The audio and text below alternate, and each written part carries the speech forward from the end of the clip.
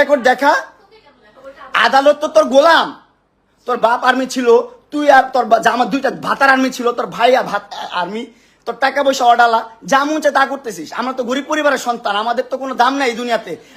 আমাদের জন্মটাই হচ্ছে ভুল, আমাদের জন্মটাই ভুল, বুঝছিস? এই দুনিয়াতে, এই যে আমাদের এই দুনিয়াতে জন্মটা নেওয়া হচ্ছে, কতটা রিল্যাক্স, কতটা নির্লজ্জ, কতটা বেহায়া, রিল্যাক্স হয়ে শুয়ে, রিল্যাক্স হয়ে কথা বলতেছে, রিল্যাক্স হয়ে সব করতেছে। আমি কি করব ভাই? আমার লাইফটা আমি কি করব? আমি চাচ্ছি সুন্দর করতে আমার লাইফটা। আমার লাইফে আমি কিছু করতে চাইতেছি, পারতেছি না। আমি যদি মাদক আসক্ত হইয়াও থাকি, সেটা একমাত্র ওর পেরেশানিতে। ও আমাকে বাঁচতে দিচ্ছে না ভাই। আমি কিভাবে বাঁচবো? আমাকে বাঁচতে দিচ্ছে না ভাই। মেন্টালি এত প্রেশার দিচ্ছে। ওর কাছ থেকে কখনো চাইয়া আমি একটা টাকা নিয়ে নেই। ও আমাকে হাইদা এটা করছে, এটা দিছে, সেটা দিছে, লোভ দেখায় না, মোলা ঝুলাই আইন না, এই জায়গায় রাখছে। ওর বাসা এই জায়গায়, ওর কাজের লোক, ওর বাপ মা, ওর 14 গোষ্ঠী সব এই জায়গায়। ওর কাজের লোকদেরকে ডেকে নিয়ে আসছে পিটানোর জন্য, আমাকে মারার জন্য। তারপর ওই নিচে রাজুকে ফোন দেয়, রাজু উপরে আসো তাড়াতাড়ি। সিকিউরিটি গার্ডদেরকে ফোন দেয়, তাড়াতাড়ি আসো, আমার বাসায় ক্রিমিনাল ঢুকে গেছে, প্রিন্স মামু। হ্যাঁ, ভালো নাটক হচ্ছে।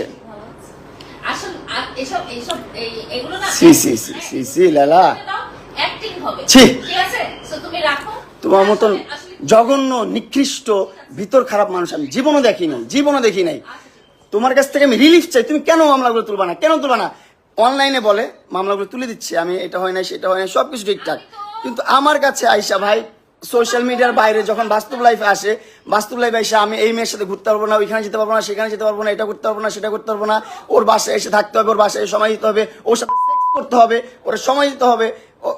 এগুলো না করলে মামলা তুলবে না ভাই। আমি তারপর ওর মন রক্ষা করে চলতেছি,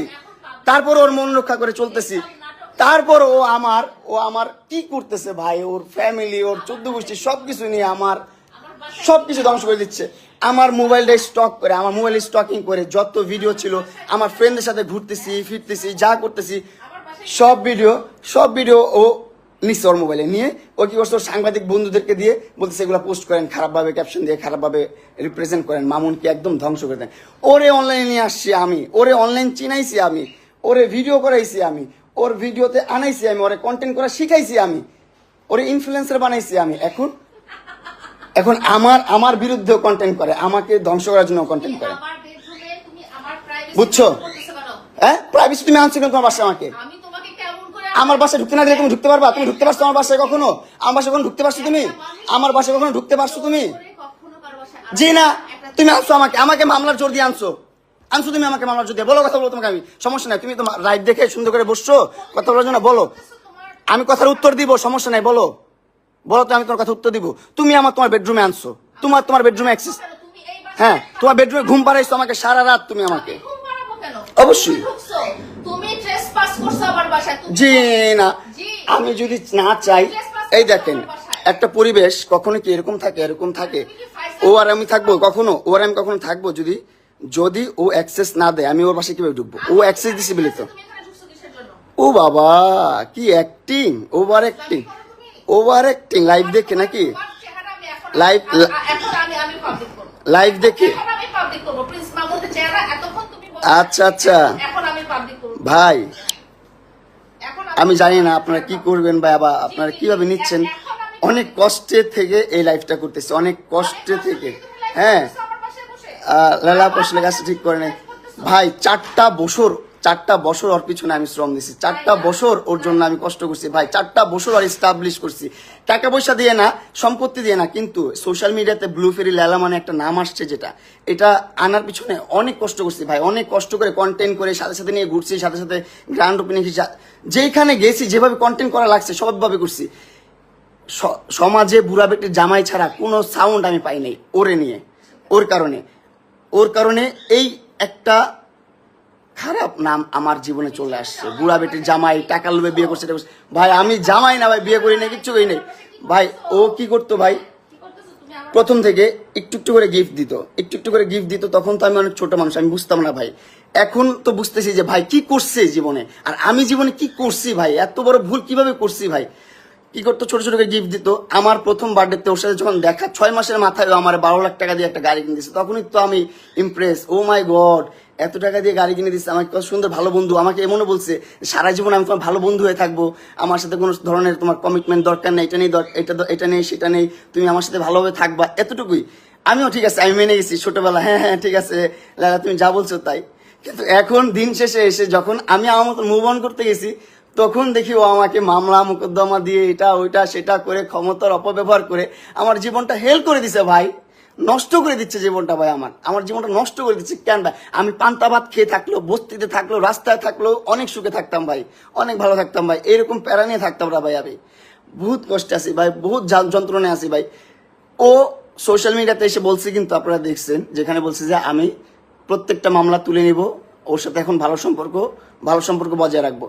এখন আবার একটা মেয়ের সাথে আমার মোবাইলে মেয়েদের সাথে কেন ভিডিও দেখছে, আমি মেয়েদের সাথে কেন ঘুরি, আমি কেন এখানে যাই সেখানে যাই, আমি মেয়েদেরকে কেন আমার BMW চালাইতে দেই, সেইগুলো নিয়ে তার সমস্যা। কেন সমস্যা হবে তার ভাই? কেন সমস্যা হবে তার জন্য কি আমি আমার লাইফটা লিড করবো না? তার জন্য কি আমি ঘুরবো না? তার জন্য কি আমি প্রেম করবো না?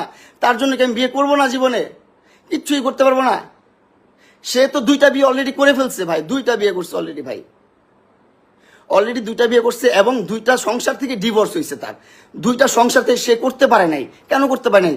তার আচার আচরণের কারণে, তার ব্যবহারের কারণে সে সংসার করতে পারে নাই। আমি বসা করে বসবো না আমি? তুমি আমার এখান থেকে জুতা দিয়ে মেরে বের করা লাগলে বের করো। তুমি আনছো না, মানুষ আনাইছো না, তাদেরকে আনাও। আমি তো এই জন্যই লাইভে গেছি, আমার সিকিউরিটির জন্য লাইভে গেছি। তুমি মানুষ আনাইছো না আমাকে পিটানোর জন্য? আনাও না, তুমি আনাও না। জীবনটা ভাই অতিষ্ঠ করে দিছে ভাই, অতিষ্ঠ করে দিছে ভাই। সমাজে মুখ দেখাইতে পারি না, সংসারে মুখ দেখাইতে পারি না, আত্মীয় স্বজনের কাছে মুখ দেখাইতে পারি না, কোনোভাবে না ভাই। একটা সম্পর্ক কতটা সুমধুর হতে পারে সেটারে একদম ত্যক্ত করে দিছে ভাই। করলার চেয়ে বেশি তিতা বানায় ফেলছো। ও আমাকে হুমকি দিচ্ছে, তুই জেলে পচে মরবি। আমি নাকি জেলে পচে মরবো? ঠিক আছে, জেলে পচেই মরি। এই জীবনের চেয়ে জেলে পচে মরা অনেক ভালো, অনেক ভালো ভাই। আপনারা আইনের মানুষ যদি কেউ দেখে থাকেন ভাই, প্লিজ ভাই আমার সহায় হন। এই যে দেখেন ফোন দিয়ে, এই দেখেন ফোন দিয়ে মানুষজন জড়ো করতেছে, সিকিউরিটি ডাকতেছে, এটা করতেছে সেটা করতেছে। লাইফটা শেষ ভাই, লাইফটা শেষ। আমার লাইফের এন্ডটা যে এখানে হবে আমি বুঝতে পারি নাই ভাই। তোর কারণে আমি নেশাখোর, তোর কারণে আমি সমাজে লাঞ্ছিত, লজ্জিত, অপমানিত, অবহেলিত, তোর জন্য। কারণ সোশ্যাল মিডিয়াতে প্রত্যেকটা কন্টেন্ট ক্রিয়েটার একটা সময় ক্রিঞ্জ থাকে, আস্তে আস্তে ডে বাই ডে আপডেট হয় প্রত্যেকটা ক্রিয়েটার। এমন কোন ক্রিয়েটার দেখাতে পারবেন না আপনি আমাদের মেগাস্টার সাকিব খানের আগের ভিডিওগুলোই দেখেন, আগের মুভিগুলোই দেখেন, আপনি 5 বছর 10 বছর আগের মুভিগুলোই দেখেন, কতটা খ্যাত মুভি হইতো, আর এখন কতটা স্ট্যান্ডার্ড মুভি হয়, কতটা সুন্দর মুভি হয়। ডে বাই ডে মানুষ আপডেট হয় ভাই, আমিও তো আপডেট হতাম ভাই। আমাকে আপডেট হতে দিচ্ছে না, আমাকে ভালোভাবে বাঁচতে দিচ্ছে না ভাই, আমার লাইফটা হেল করে দিছে ভাই। আমি যে এখন একটা বাঁচবো কোনোভাবে দিচ্ছে না ভাই। ভাই তোমার বাসায় যাও, আমার বাসায় এসে ঠিক আছে ভাই, তুমি আমার মোবাইল থেকে কেন আমার ভিডিও, আমার পিকচার, আমার সবকিছু ট্রান্সফার করলা আমার অনুমতি ছাড়া, আমার মোবাইল ধরে, সেগুলো আবার তোমার মিডিয়ার ভাই বেড়াদারকে শেয়ার করলা, তারা আপলোড করতেছে কেন? কেন করলা তুমি এটা?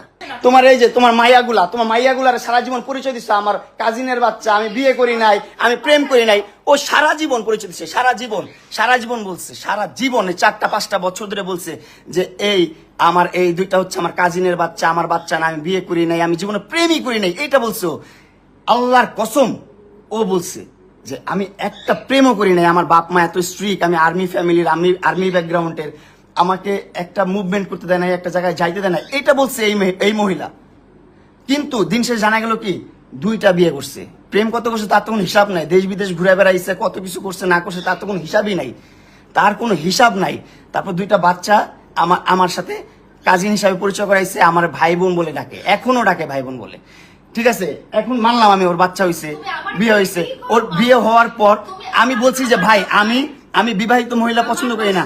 চুপ থাকো, তুমি আনছো তোমার বাসায়, আমাকে তুমি রাতে আনাইছো তোমার বাসায়, আনায় ঘুম পাড়ায় রাখছো, আমাকে ঘুম পাড়ায় আমার মোবাইল থেকে সব ধরনের ভিডিও পিকচার সবকিছু নিয়ে গেছো, সবকিছু ট্রান্সফার করছে। কেন ভাই যাবো এখন? কেন ভাই যাবো?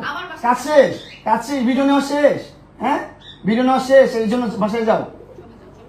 এই মহিলা ভাই আমাকে পাঁচটা মামলা করছে, 5টা মামলা, একটা না 5টা মামলা করছে।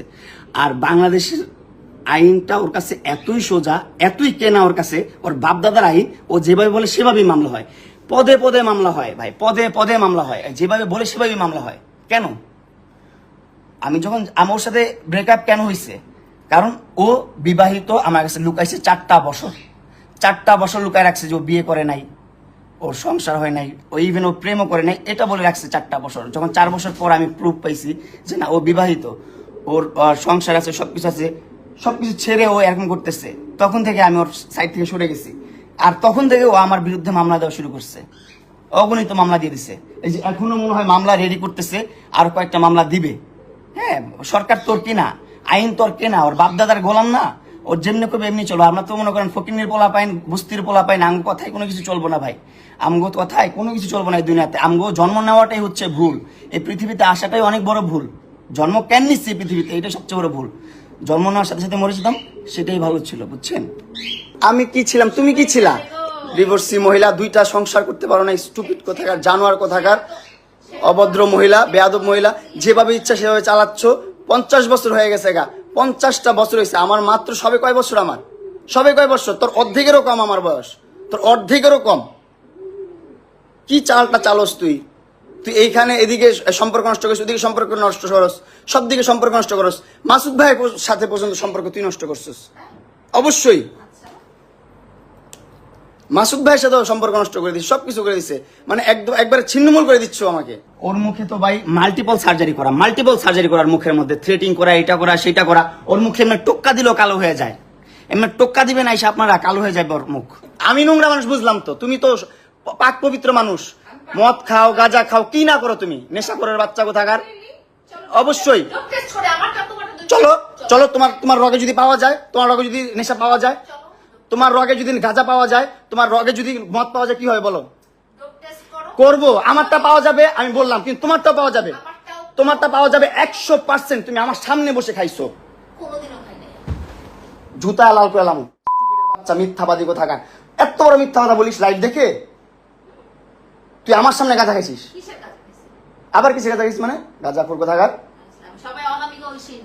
গাঁজা খাইছিস, মদ খাইছিস, কোথাকার, সব ধরনের নেশা করে ও, সব ধরনের নেশা করতে নিয়ে যায়। আমি মরে গেলে একমাত্র এই যে এই মহিলা দায়ী থাকবে, এই মহিলা। এই দেখেন ব্ল্যাকমেল করছে কত, এই দেখেন হাত, দেখেন ওর হাত, দেখেন হাত কাইটা, এই দেখেন চাকু, এই দেখেন, আমি দেখে আপনাকে, এই দেখেন কোথায় চাকু রাখে, লাইভে দেখাইছি। বাসায় থাকবে, কিন্তু ওইখানে কেন থাকবে, ওইখানে কেন থাকবে? হ্যাঁ, ক্রিমিনাল, জানোয়ার কোথাকার। এই যে চাকু নিয়ে আমাকে থ্রেট করে, ব্ল্যাকমেল করে, জানোয়ারের বাচ্চা। হ্যাঁ, কি করতেছি আবার বল? এই যে দেখছেন আসল রূপ, এগুলা বের হবে, আস্তে আস্তে বের হবে, সব বের হবে, আসল রূপ বের হবে। এই যে ওর বাসা, এই যে ওর আম্মু এই রুমে আছে, বাচ্চারা এই রুমে আছে, এই যে এখানে বসে আমার সাথে এইরকম ব্যবহার করতেছে, এগুলা বলতেছে।